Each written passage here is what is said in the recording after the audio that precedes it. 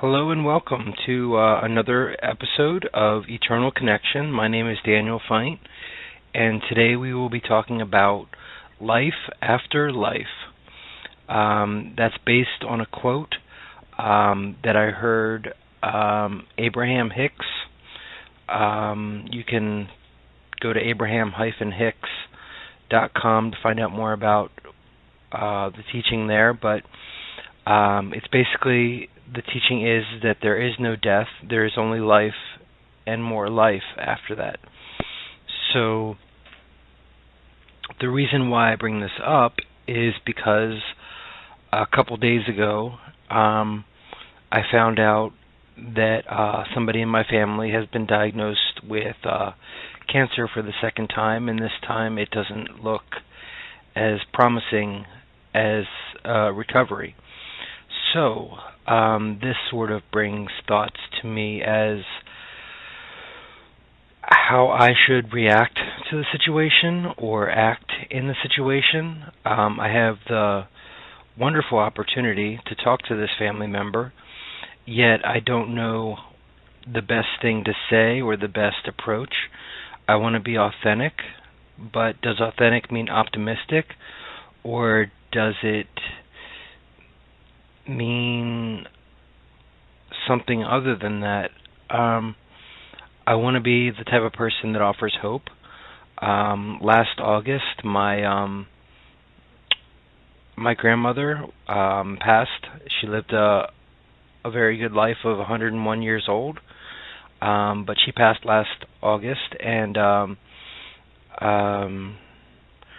felt that I handled it very well during the process of it. It was after the funeral that I sort of broke down and had my mental breakdown after that. I've been listening to the teachings of Teal Swan recently about doing inner child work and feeling emotions and sitting with the emotions to allow them to be, and to think that it's okay to feel bad, it's okay to feel sad. And once that's acknowledged and aligned with, then it's easier to move to a higher vibration of self-acceptance and feeling good about any kind of situation, which kind of is paradoxical, and I'm still exploring that. So in my exploration, I'm recording and broadcasting this show to try to process my thoughts as to what is the best way to interact with others around the time of death, the topic of death, the idea that we all have a day in our life that will be, just say for example, written on a gravestone. Now I could get all kinds of subjective instead of objective, or esoteric instead of concrete reasoning, but I don't know. It's I do believe that everything is eternal, therefore there is no beginning and there is no end, and that applies for everything. Energy cannot be created nor destroyed, just changes form. There's many different ways to look at the idea of transitioning from life into the next phase of life. Could be anything from a dream within a dream, waking up from this reality into another reality. The title of my book is, and this show is called Eternal Connection, or one of my books, and therefore the idea that because my loved ones are so important to me, and family and friends and just people I care about, I want to, and I have hope and faith and a knowing, at least most of the time, unless I'm caught up in illusion, but that there is an eternal connection between all of us, and there is no final goodbyes with something that's eternal. Therefore, there's no beginnings, there's no endings, there's just change in form and passing by and conversation and bring somebody into a life via thought to some degree, like somebody's only a thought away. So those are just some of the ideas. Something that recently just came to mind was the idea of the art of allowing. I think that may be something that's the answer I'm looking for, to allow myself to be who I am in any given moment, knowing that there will be change in form and change in thought and change in emotion. So if I allow myself to be authentic to who I am at the time, then that can be very freeing, as well as other people involved. I don't want to say it's a balance. I don't want to say it's a action and reaction, but to just, again, authentically allow others to go through the grieving process or the thoughts or their beliefs when it comes to the transition of this life to the next. Even this life is broken down into segments. The idea of day-to-day living. We go to sleep, we dream, we wake up. Sometimes we're so fast asleep and then we wake up suddenly that we're disoriented to a certain extent until we figure out what's going on again. And all this is during the course of a lifetime. It happens many, many, many, many times. You could get down into the microcosm of it, where every blink of an eye is, or second of time, is a unit of measurement as to the progress moving forward. Or it could just be a bunch of things that just happen. So I guess if I did have the opportunity to talk to somebody about death, whether they're expected to die soon or whether it's just something that's going to happen to any one of us, I would want to say that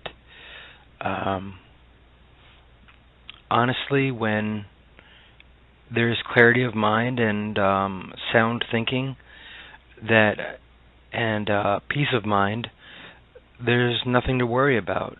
That we're all eternal and we're all created equally and from the same source, and that everything's going to be okay, all is well. And there may be some thoughts, there may be some emotions, there may be some changes and transitions, but there, especially in this day and age where there's so many resources to find out about different ways of communication between others and communication between loved ones. And I just think good conversation and talking at the right time, hoping and praying and having faith that I say the right words and that anybody says the right words when they are in a vulnerable or I guess vulnerable is the word I'm looking for, situation as to what's going on.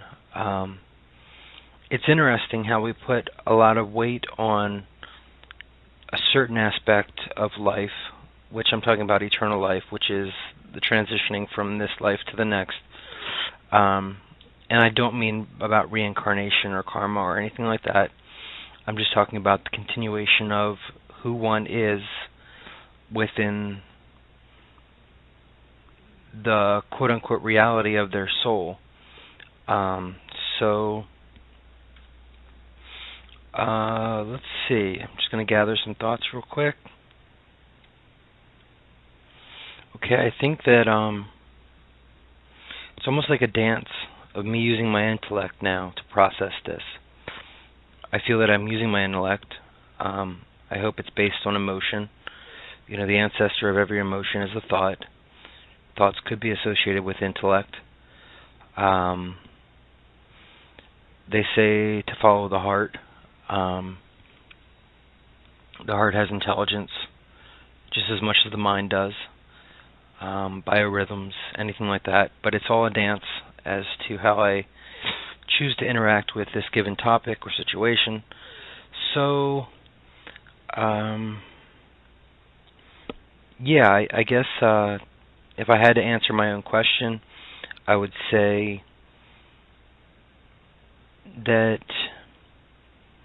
to just be in the moment, to just be who I truly am, allow myself to be who I am, for better or worse. I was brought up to always try to put my best foot forward.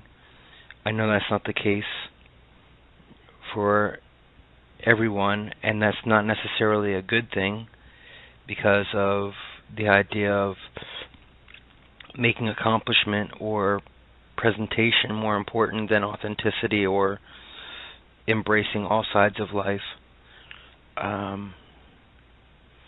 But anyway, that's another aspect I'm working through. So, I'm trying to think what else I could talk about. I still have a couple more minutes.